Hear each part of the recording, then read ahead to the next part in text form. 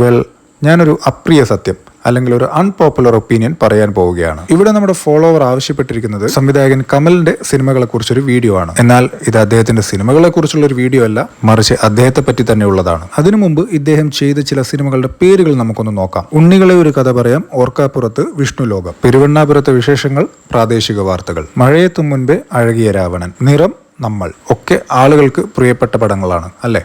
പക്ഷേ എന്തായിപ്പോ ഒരു പക്ഷേ, അതിപ്പോ ഇക്കണ്ട സിനിമകൾ അത്രയും സംവിധാനം ചെയ്തിരിക്കുന്നത് വേറെ ആളുകളാണെന്ന് നമുക്ക് വേണമെങ്കിൽ പറഞ്ഞു വിശ്വസിപ്പിക്കാൻ പറ്റും. അതായത് വിഷ്ണുലോകം സംവിധാനം ചെയ്തിരിക്കുന്നത് സിബി മലയിലാണ്, പെരുവണ്ണാപുരത്തെ വിശേഷങ്ങൾ സംവിധാനം ചെയ്തിരിക്കുന്നത് സത്യൻ അന്തിക്കാടാണ്, നമ്മൾ ചെയ്തിരിക്കുന്നത് ലാൽ ജോസ് ആണ്. ഇങ്ങനെ കേട്ടാലും നിങ്ങൾക്ക് അത് ആക്സെപ്റ്റ് ചെയ്യാൻ കഴിയില്ലേ? യെസ്, ഇത് തന്നെയാണ് ഞാൻ വീഡിയോയുടെ തുടക്കത്തിൽ പറഞ്ഞ ആ ഒരു അപ്രിയ സത്യം. അതായത് ഇദ്ദേഹത്തിനൊരു യുണീക്ക് സ്റ്റൈൽ ഇല്ല.